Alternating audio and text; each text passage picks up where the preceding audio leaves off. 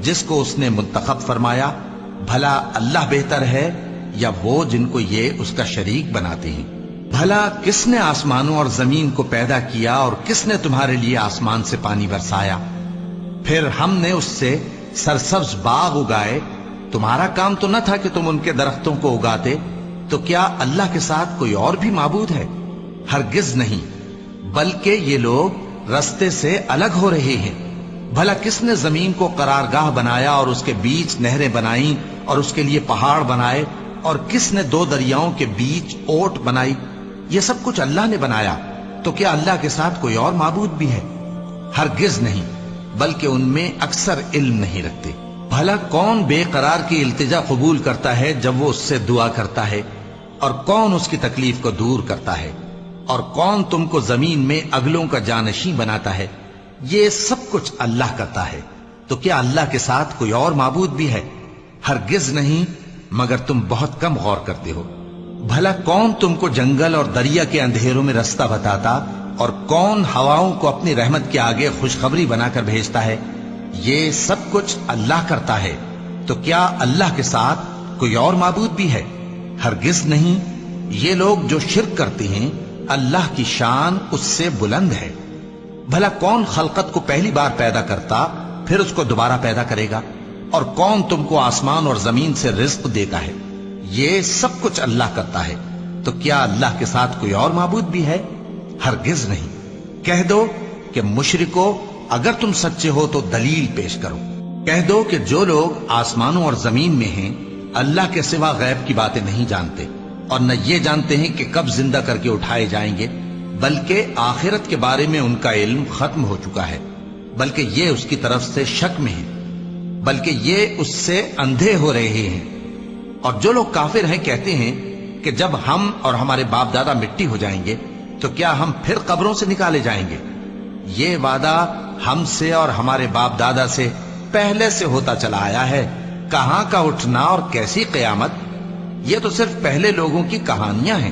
کہہ دو کہ ملک میں چلو پھرو، پھر دیکھو کہ گناہگاروں کا انجام کیا ہوا ہے، اور ان کے حال پر غم نہ کرنا، اور نہ ان چالوں سے جو یہ کر رہے ہیں تنگ دل ہونا۔ اور کہتے ہیں کہ اگر تم سچے ہو تو یہ وعدہ کب پورا ہوگا؟ کہہ دو کہ جس عذاب کے لیے تم جلدی کر رہے ہو شاید اس میں سے کچھ تمہارے نزدیک آ پہنچا ہو، اور تمہارا پروردگار تو لوگوں پر فضل کرنے والا ہے، لیکن ان میں سے اکثر شکر نہیں کرتے۔ اور جو باتیں ان کے سینوں میں پوشیدہ ہوتی ہیں اور جو کام وہ ظاہر کرتے ہیں، تمہارا پروردگار ان سب کو جانتا ہے۔ اور آسمانوں اور زمین میں کوئی پوشیدہ چیز نہیں ہے مگر یہ کہ وہ ایک کتاب روشن میں لکھی ہوئی ہے۔ بے شک یہ قرآن بنی اسرائیل کے سامنے اکثر باتیں جن میں وہ اختلاف کرتے ہیں بیان کر دیتا ہے، اور بے شک یہ مومنوں کے لیے ہدایت اور رحمت ہے۔ تمہارا پروردگار قیامت کے روز ان میں اپنے حکم سے فیصلہ کر دے گا، اور وہ غالب ہے، علم والا ہے۔ تو اللہ پر بھروسہ رکھو، تم تو صاف حق پر ہو۔ کچھ شک نہیں کہ تم مردوں کو بات نہیں سنا سکتے، اور نہ بہروں کو جبکہ وہ پیٹ پھیر لیں آواز سنا سکتے ہو، اور نہ اندھوں کو گمراہی سے نکال کر رستہ دکھا سکتے ہو۔ تم تو انہی کو سنا سکتے ہو جو ہماری آیتوں پر ایمان لاتے ہیں، پھر وہ فرما بردار ہو جاتے ہیں۔ اور جب ان کے بارے میں عذاب کا وعدہ پورا ہوگا تو ہم ان کے لیے زمین میں سے ایک جانور نکالیں گے جو ان سے باتیں کرے گا۔ یہ ہم اس لیے کریں گے کہ لوگ ہماری آیتوں پر ایمان نہیں لاتے تھے۔ اور جس روز ہم ہر امت میں سے ایک بڑے گروہ کو جمع کریں گے جو ہماری آیتوں کی تکذیب کرتے تھے، پھر ان کی جماعت بندی کی جائے گی، یہاں تک کہ جب سب آ جائیں گے تو اللہ فرمائے گا کہ کیا تم نے میری آیتوں کو جھٹلا دیا تھا، حالانکہ تم نے اپنے علم سے ان کا احاطہ تو کیا ہی نہ تھا؟ بھلا تم کیا کرتے رہتے تھے؟ اور ان کے ظلم کے سبب ان کے حق میں وعدہ عذاب پورا ہو کر رہے گا تو وہ بول بھی نہ سکیں گے۔ کیا انہوں نے نہیں دیکھا کہ ہم نے رات کو اس لیے بنایا ہے کہ اس میں آرام کریں، اور دن کو روشن بنایا ہے کہ اس میں کام کریں؟ بے شک اس میں مومن لوگوں کے لیے نشانیاں ہیں۔ اور جس روز سور پھونکا جائے گا تو جو لوگ آسمانوں میں اور جو زمین میں ہیں سب گھبرا اٹھیں گے، مگر وہ جسے اللہ چاہے، اور سب اس کے پاس عاجز ہو کر چلے آئیں گے۔ اور تم پہاڑوں کو دیکھتے ہو تو خیال کرتے ہو کہ مضبوط جمے ہوئے ہیں، مگر وہ اس روز اس طرح اڑتے پھریں گے جیسے بادل۔ یہ اللہ کی کاریگری ہے جس نے ہر چیز کو مضبوط بنایا، بے شک وہ تمہارے سب افعال سے باخبر ہے۔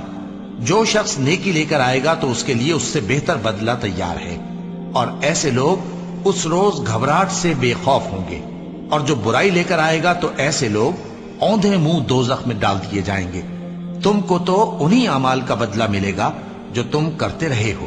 کہہ دو مجھ کو یہی ارشاد ہوا ہے کہ اس شہر مکہ کے مالک کی عبادت کروں جس نے اس کو محترم بنایا ہے، اور ہر چیز اسی کی ہے، اور مجھے یہ بھی حکم ہوا ہے کہ میں فرما بردار رہوں، اور یہ بھی کہ قرآن پڑھا کروں۔ اب جو شخص راہ راست اختیار کرتا ہے تو اپنے ہی فائدے کے لیے اختیار کرتا ہے، اور جو گمراہ رہتا ہے تو کہہ دو کہ میں تو صرف خبردار کرنے والا ہوں۔ اور کہو کہ اللہ کا شکر ہے وہ تم کو عنقریب اپنی نشانیاں دکھائے گا تو تم ان کو پہچان لو گے، اور جو کام تم کرتے ہو تمہارا پروردگار ان سے بے خبر نہیں ہے۔